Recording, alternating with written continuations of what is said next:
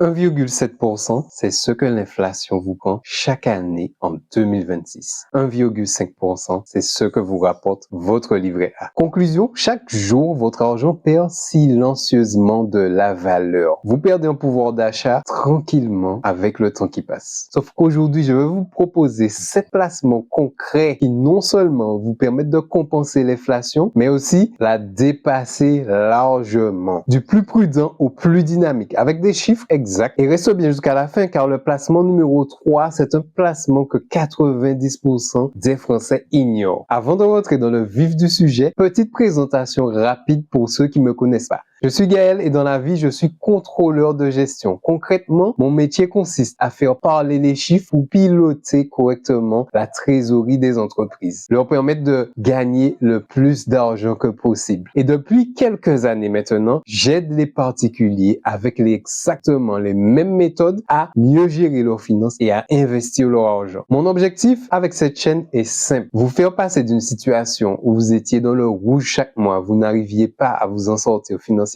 à une autre situation où vous pouvez investir intelligemment votre argent et partir en vacances tranquillement. Pour ceux qui veulent aller plus loin, vous pouvez consulter les liens dans la description de la vidéo. C'est l'ensemble des outils que j'utilise pour investir mon argent intelligemment. Donc si c'est la première fois que vous arrivez sur ma chaîne, pensez à vous abonner, à partager cette vidéo autour de vous si vous savez que ça peut aider un ami. Je publie une vidéo en général chaque semaine. Avant de parler des 7 placements qu'on va voir aujourd'hui, je tiens à faire un point 30 secondes. Il faut qu'on parle du vrai problème, car beaucoup de gens regardent leur livret A et se disent, bon, alors ça me rapporte 1,5%, c'est vrai que c'est pas beaucoup, mais bon, c'est pas grave. Et c'est ça le piège dans lequel beaucoup de gens tombent. Car oui, le rendement réel de placement, c'est son rendement nominal. Donc, dans le cas du livret A, c'est 1,5 corrigé de l'inflation, moins 1,7. On voit bien que le rendement est négatif. Et encore, quand vous ajoutez les prélèvements sociaux, là, c'est encore pire. Donc, sur les placements qui ont de la fiscalité en plus, là, l'addition s'alourdit. Passons maintenant aux solutions. On commence tout d'abord par le plus simple, le plus rentable des placements sans risque. Bien sûr, ce placement-là, il n'est pas accessible à tout le monde. On voit ça tout de suite. On parle du livret épargne populaire. En 2026, il rapporte 2,5% net d'impôts. Donc 0,8 points au-dessus de l'inflation. Ça, pour un placement sans risque, on va dire que ça va. Ça reste correct. Le problème, c'est qu'il est soumis à revenu. Donc pour une personne seule, le revenu fiscal de référence doit être en dessous de 22 800 euros. Le plafond est de 10 000 euros et selon les chiffres, près de 7 millions de Français y sont éligibles, mais ne l'ouvrent jamais. Alors mon conseil ici, c'est de vérifier bien sûr votre éligibilité en fonction du revenu fiscal de référence qui est propre à chacun. Vous y avez peut-être droit et franchement, c'est une bonne opportunité pour pouvoir éviter de placer son argent sur le livret A. Placement numéro 2, le compte à terme. Le principe est simple. Vous bloquez votre argent sur un compte bancaire pour une durée de 1 à 5 ans en général. Et en échange, la banque vous accorde un taux fixe. Aujourd'hui, on trouve des offres entre 2,5% d'intérêt et 3,5% d'intérêt selon la plateforme que vous aurez choisie. Alors, pourquoi c'est intéressant maintenant? Tout va dépendre du cycle dans lequel on se trouve. Si on envisage une hausse des taux, ça peut être intéressant de placer maintenant et d'ensuite peut-être placer plus tard aussi pour profiter de la hausse des taux à venir. Si on est dans un environnement de baisse des taux, placez maintenant. Vu que les taux vont baisser, autant y aller dès maintenant. Donc voilà, faut se positionner ici en fonction du cycle économique pour faire les bonnes affaires. Mais en tout cas, entre 2,5 et 3,5%, c'est déjà plus intéressant que le livret A. Par contre, faut savoir que cet argent-là, c'est un compte à terme qui sera bloqué et que vous pourrez pas le retirer facilement. Et voilà le placement dont je vous parlais en intro. On parle ici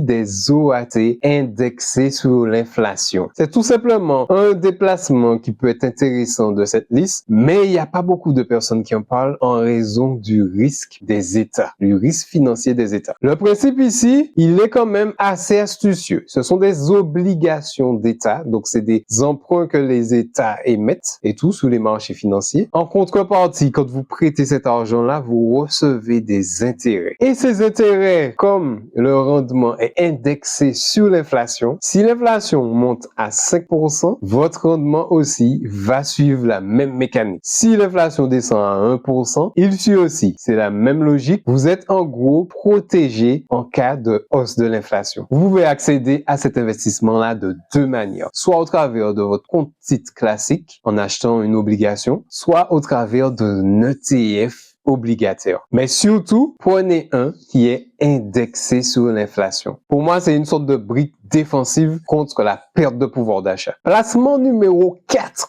les assurances vie multi-support. L'assurance vie, oui, mais attention, pas n'importe quelle assurance vie. Vous connaissez déjà, vous avez pas mal de comptes en ligne qui vous permettent de prendre des assurances vie avec des frais réduits. Car le piège avec les assurances vie, le piège de beaucoup de banques classiques, c'est qu'ils facturent des frais de gestion, etc., qui sont énormes. Et sur le long terme, cela rogne toute la performance que vous pouvez avoir. Alors, ce que vous pouvez faire avec ce type d'assurance vie, c'est de faire une première poche où vous allez mettre dedans du fonds euro qui est relativement sécurisé. Et derrière, vous allez faire une deuxième poche un peu plus dynamique où, par exemple, vous allez mettre un ETF Monde, MSCI World, par exemple. L'énorme avantage ici d'une assurance vie, c'est la fiscalité. Donc, au bout de 8 ans, vous bénéficiez d'un abattement. Donc, 4 600 € pour une personne seule et 9 200 pour un couple. Concrètement, sur le long terme, vous payez beaucoup moins d'impôts. Alors, mon conseil ici, c'est d'ouvrir une assurance vie,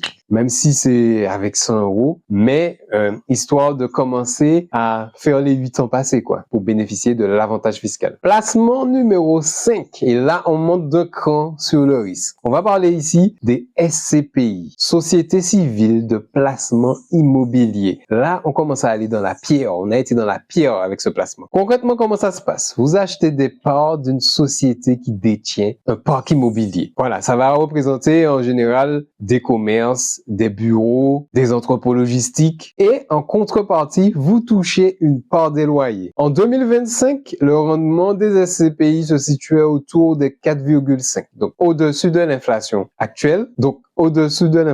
actuelle. Et l'avantage de l'immobilier et de l'indexation justement des loyers, c'est que en cas de hausse des matières premières, en cas de hausse des prix, etc., vu qu'il y a des indices pour revoir, réviser les loyers, donc votre part que vous recevez va automatiquement augmenter avec le temps. Mais ici, soyons honnêtes sur les inconvénients. Il y a des frais d'entrée qui peuvent relativement coûter cher quand vous investissez en SCPI. Cela peut représenter à 8 à 10% en frais d'entrée. Donc ici, quand vous investissez dedans, il faut avoir une vision long terme, au moins 8 ans, 10 ans. Car oui, effectivement, avec les frais associés, ça peut être compliqué si on est sur du court terme. Et aussi, le second risque, il est lié à l'immobilier. On a vu comment ces derniers temps, l'immobilier souffre quand même. C'est à vous de jauger, à faire vos prévisions sur l'activité économique qui arrive. Mais en tout cas, ça reste un placement qui est intéressant avec du risque, bien sûr. Là, on commence à continuer à monter dans le risque de ce placement. Placement numéro 6, probablement l'un des meilleurs placements inventés de ces dernières années. Investir dans un ETF. Et le mieux, peut-être un ETF Monde, mais via un PEA. Un ETF, c'est un fonds d'investissement qui réplique automatiquement un indice. Dans le cas de l'ETF Monde, il réplique environ 1500 entreprises à travers le monde. Et dans 23 pays développés. Apple, Microsoft, LVMH, Nestlé, les plus gros sont présents dans cet indice. En achetant des parts d'ETF, vous investissez automatiquement dans toutes ces entreprises-là. Autrement dit, le risque lié à tous ceux qui veulent s'amuser à investir dans une seule entreprise et qu'elle puisse faire faillite avec un ETF, c'est bien entendu très compliqué. Le rendement historique annualisé se situe entre 7 et 9%. Donc là, on voit qu'on commence à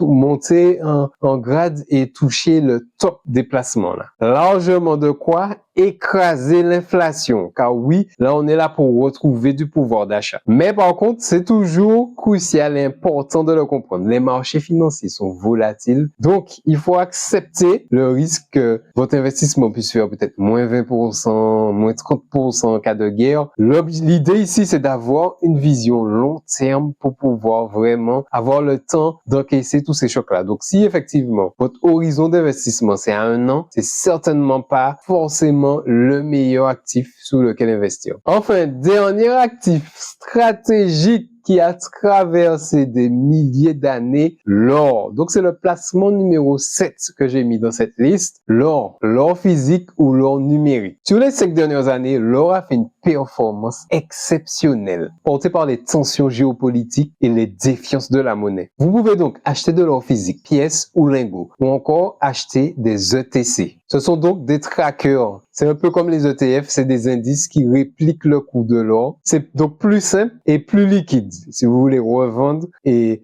acheter, etc., c'est beaucoup plus simple de s'en procurer. Mais attention, là, on parle d'or. L'or ne distribue pas de dividendes ni d'intérêts. Là, on est sur de la pure spéculation. Et c'est pour ça que j'ai préféré mettre ce placement-là en position numéro 7.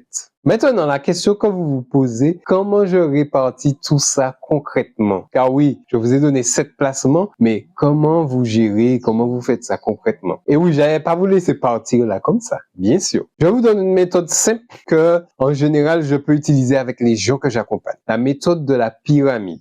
Étage numéro 1, la base. Donc là, vous allez mettre sur un livret épargne populaire ou un livret A, éventuellement, 3 à 6 mois de charge fixe. Ça, c'est le socle. C'est votre stabilité mentale, votre socle contre les imprévus, etc. 3 à 6 mois. Étage numéro 2, le milieu, l'épargne projet. Donc c'est là que vous allez mettre l'argent que vous comptez utiliser dans les 2 à 8 prochaines années. Compte à terme, fonds euros, assurance vie, OAT, indexé sur l'inflation, bien sûr. Rendement donc plus modéré, risque maîtrisé. Et dernier étage, c'est là où vous allez chercher la performance du portefeuille. Donc c'est là où on parle d'investissement souvent pour votre retraite. Donc là, on va mettre les SCPI, on va mettre l'or physique ou numérique. On va mettre aussi les ETF monde, idéalement, pour être plus diversifié. Et la règle d'or ici, c'est que bien sûr, on remplit jamais l'étage 2 avant d'avoir rempli l'étage 1 et aussi l'étage 3 avant d'avoir rempli l'étage 2. L'idée ici, c'est de faire les choses correctement. Sur ma chaîne, moi, je sais que je suis père de 3 enfants. J'agis comme un bon père de famille. L'idée, c'est de lisser le risque au maximum. Et donc voilà, vous avez ici les 7 placements que vous pouvez utiliser pour vous protéger de l'inflation en 2026. Et aussi, bien sûr, la méthode pour y arriver. Franchement, je vous ai donné les placements plus la méthode. Donc là, vous n'avez plus d'excuses, vous n'avez qu'à passer à l'action. Si cette vidéo vous a aidé, n'hésitez pas à la liker, à la partager à quelques de votre entourage. Et bien sûr, abonnez-vous pour ne rien rater des prochaines vidéos. Et surtout, n'oubliez pas que, quoi qu'il arrive, quoi que vous faites, vous êtes responsable de vos investissements. Cette vidéo est à un but informatif et que vous agissiez pas, l'effet cumulé de vos actions jouera avec vous ou contre vous. C'était Gaël. On se voit dans une prochaine vidéo. Bonne semaine, les amis.